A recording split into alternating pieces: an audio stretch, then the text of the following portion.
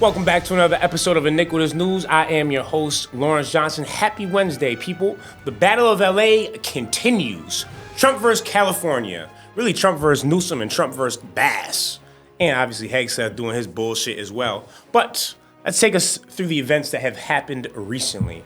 Well, first things first. Mayor Bass stepped up and said, hey, we are putting a curfew on for 8 p.m. in downtown Los Angeles because, obviously, at night, shit get rowdy. And that's when the looters and the people that do dumbass shit that ruin the protests come and take over. And it's just like, if you're out there looting and doing dumb shit like that and putting graffiti all over the place, I just want you to know you suck as a person and you're really hurting the efforts of an actual peaceful protest. And you are helping Trump militarize the army and other people against us. If you can't clearly understand that, you're a fucking idiot.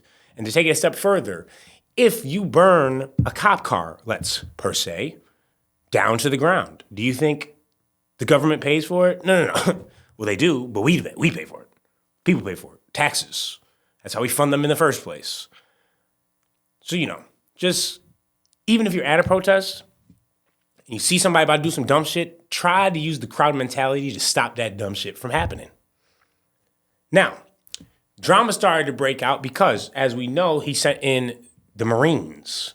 Now, this whole thing that went back and forth between Newsom and Trump, going back and forth, should we arrest Newsom or not arrest Newsom? And then Newsom was like, hey, man, I don't understand. This is shocking that Trump would lie about a phone call that he made to me on the 9th. That phone call never happened. Never was a thing. I don't know where he's creating this narrative. And Trump's response was, oh, guess what? I'm going to send you the receipts. This old fucking idiot. He just doesn't understand that the receipts that he sent that he thought was the gotcha moment show a different date. June 7th at 1:20 a.m., which was June 6th, California time, which coincides and makes sense because that's exactly when Newsom said they last spoke. But then you have these right-wing talking puppets and fucking dweebs that used to sit in the front of the bus and snitch on motherfuckers, like Charlie Kirk, that put out, oh, this is a gotcha moment. See, we got him. Even though anybody with a fucking brain can look at the call log and be like, well, that doesn't actually match up with the date. If you're going to call and say what date it actually is, why don't you show the phone conversation that happened on the 9th? And then I started to understand, like, maybe they really just do prey on the stupidity of people that can't put two and two together. As I grow older, I've definitely learned there's a lot of dumb motherfuckers out there. And a lot of you dumbass people, it really should be like, you should have to wear a pin right here. If, like, you're under a certain IQ, you should have to wear something that marks you. Now, I know that may sound inhumane, but it saved people so much fucking time. And even on your Instagram profile, like, oh, we know this person is fucking slow. So before you engage with this comment, just know he's an idiot. That'd be great. I would still engage with the dummies here and there and maybe like try to bump their IQ up and maybe you could get rid of the badge that you're a fucking dummy. But we have to start to do something because it's just like, I don't need to engage with everybody. If I just knew you was a dumbass, I wouldn't even be talking to you. You understand what I'm saying? Now, what has happened in LA? Well, people, let me tell you one thing. LA is still very peaceful. Like, I know on the news they try to make it seem like a war zone, but it's really only in a very certain pocket of downtown. But violence is still broken out. And most of the time, it's the cops versus the people other than the other way around. Like, as you can see in this example of a cop shooting a civilian in the head with a rubber bullet and then blaming the protests of, you see what happens when you guys do this? What, use our First Amendment right? This is in the middle of the day, so I know no violence had really broken out. And then they wouldn't call an ambulance for the lady they just shot in the head. They said, well, you guys all need to disperse. We'll just take care of her. And all the people were like, no, we're not going to let you we just saw you try to leave her unconscious. But go ahead, just look at the video.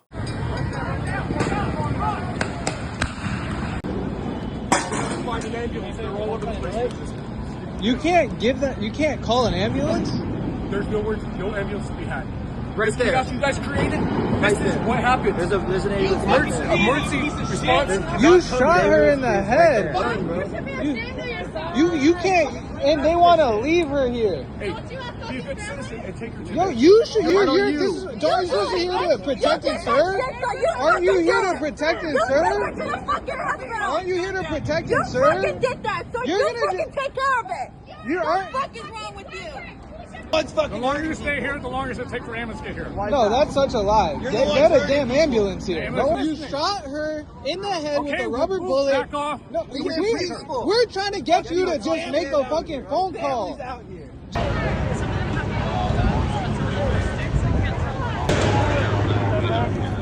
eyes, look at the sky, look at the lamppost, okay? What are you looking at? Don't make her fall asleep. Then when it did finally get to nighttime and reporters were starting to try to stay in the area and film everything going on, and we saw this area get closed in, you could almost see from the aerial view that there was definitely undercover cops that were involved inside the protest. But take matters worse is some of these reporters that were then trying to record everything that was happening inside that area then started to be detained. And it's like, wait, what? Like, you hear them say they were CNN, they have their CNN credentials, they have the press, but you're still detaining them? That's not in America that we're supposed to live in, because now you're taking steps like a dictator of like, wait, hold us on. No, we don't want reporters around because we don't want them to see what we're doing, which would, make a little bit more sense for the guy that shot the Australian reporter yesterday. He should be arrested. You fired at a reporter. It just doesn't make any sense where it's just like, okay, what are we headed to here?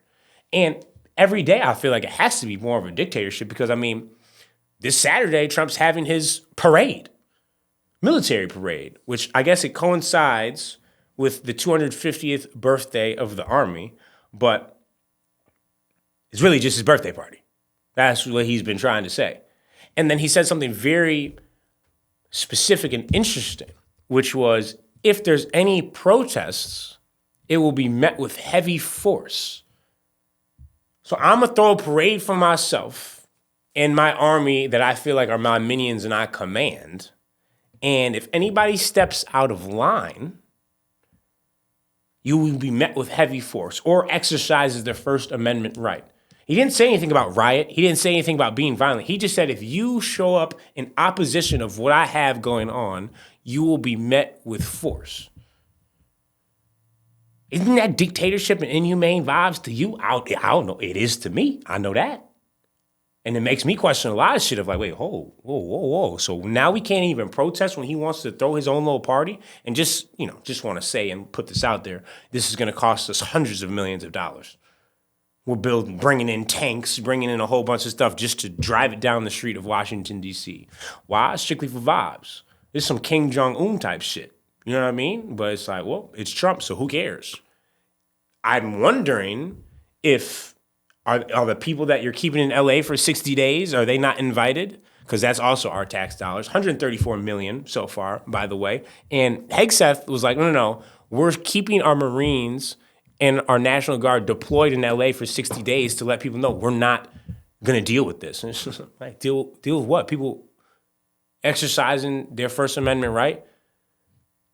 It's not like we're storming the Capitol. And during the same day, there's most likely going to be national protests that take place across the country. And I don't know, is Hegseth going to deploy them everywhere and anywhere?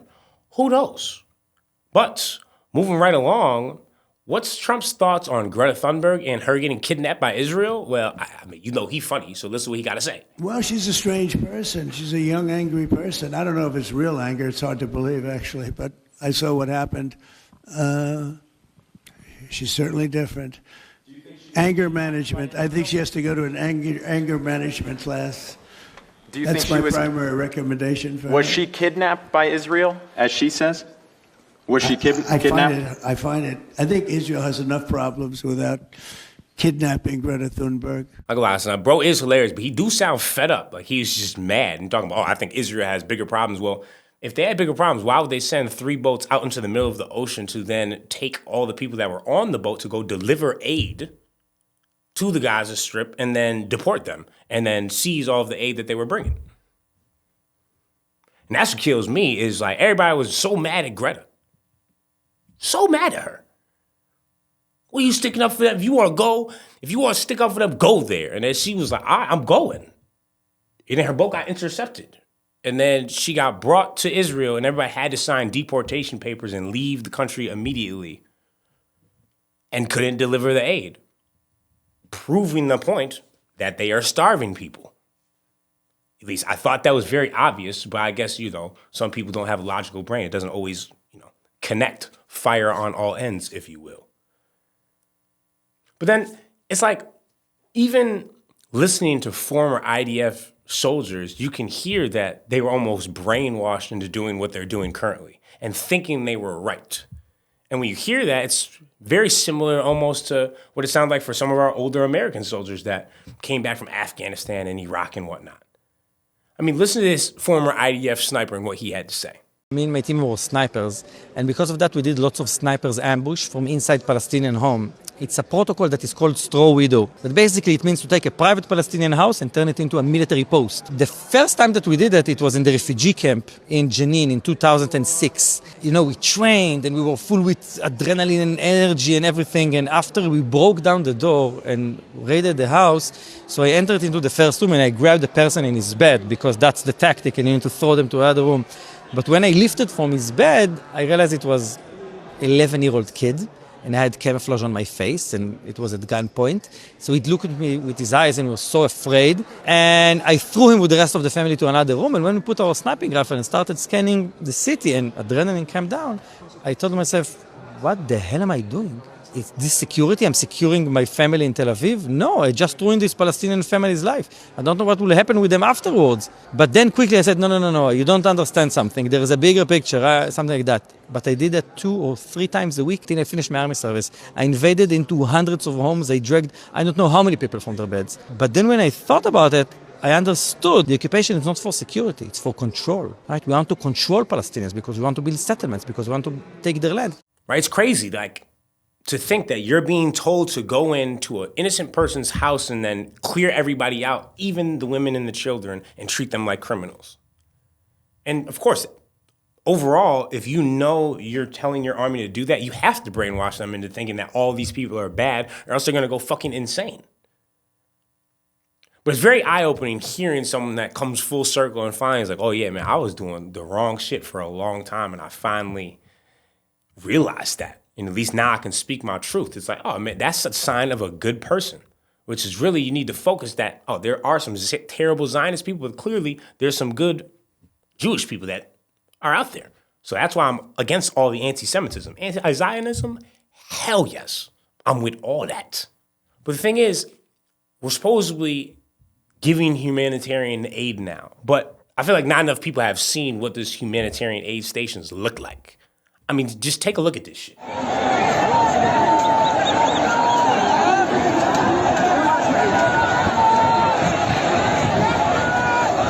Right? That shit look apocalyptic, don't it? And it's this group of entire people, like, that looks like a scene out of a movie of like World War Z or when the apocalypse is happening. But like, no, that's the corner that we have pushed them into and said, oh, you guys have to go get your food one by one over there and then ration it out. And all these people are just stuck like a pack of sardines all next to each other and starving and dying. I don't know, the shit is very eye-opening, and I don't understand how that's not world news, but then I do understand because you already know blue and white got a lot of control over the media. Shit is unbelievable. And it's crazy because even when Israel and Benjamin Netanyahu admit the shit that they're doing, like they have now admitted, oh yeah, we were arming ISIS. And we are arming different groups and different terrorist groups, extremist groups, inside so we can overtake Hamas. And it's just like, well, how does that work? And then when the shooting breaks out, you try to blame Hamas, but really it could be the militant group that you armed. But as usual, nothing's going to happen because they're allowed to do whatever the fuck they want somehow. And I don't know how that's possible, but I mean, that's just the world that we're living in. Thankfully, though, people like Iran, they don't play that shit. They have said, hey, Israel, if you try to mess with our nuclear sites, hey, if you try to shoot some more missiles over here or you want to engage, oh yeah, it's time for that. She about to get real critical. Professor Felian in this bitch, and I'm all about that. But I just don't think that it will ever take that extra step to actually happen. Elon the dweeb, as usual, not standing on no type of business. What a pussy. My boy deleted his tweet. Well, not deleted his tweet. He sent out a new tweet, I'm sorry, saying, I regret what I said to Donald Trump. You a bitch. And I guess he made a private phone call Monday night. And obviously either his demands were met or they met on some sort of the same page of like, okay, I'm not going to call you on your shit if you don't call me on my shit. But how are you going to go on a rampage and say the only reason he won the election is because of you? And then there's all these ballot questions that are starting to rise up of like, wait, how did this person get 0 votes, but then the other Democrat candidate completely won? Like 0 vote, that's a mathematical anomaly. It doesn't make sense. Even if it was like 3 or 4, you'd be like, oh, okay, but 0? Now all these questionings are start to arise, and it's like, wait a second. Now you're also saying the Epstein files won't be released because he's all in them. And you want us to just forget about that and think you were in a rage of madness and said that? No, that's not what, when you're mad like that, the truth comes out because you're one of them type of people that, as we can see, got your ass beat, so you can't fight.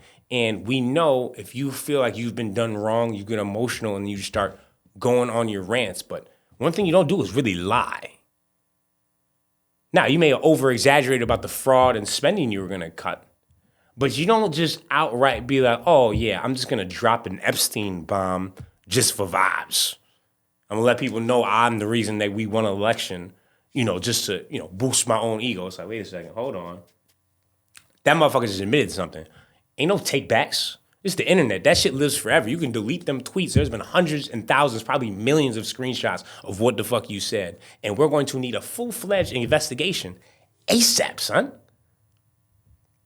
Moving on to What to Watch Wednesdays, man, just a nice little throwback that everybody needs to watch. And I've noticed that there's a lot of people, especially in the younger generation, that have not seen this cartoon and animated series, and that is the Boondocks.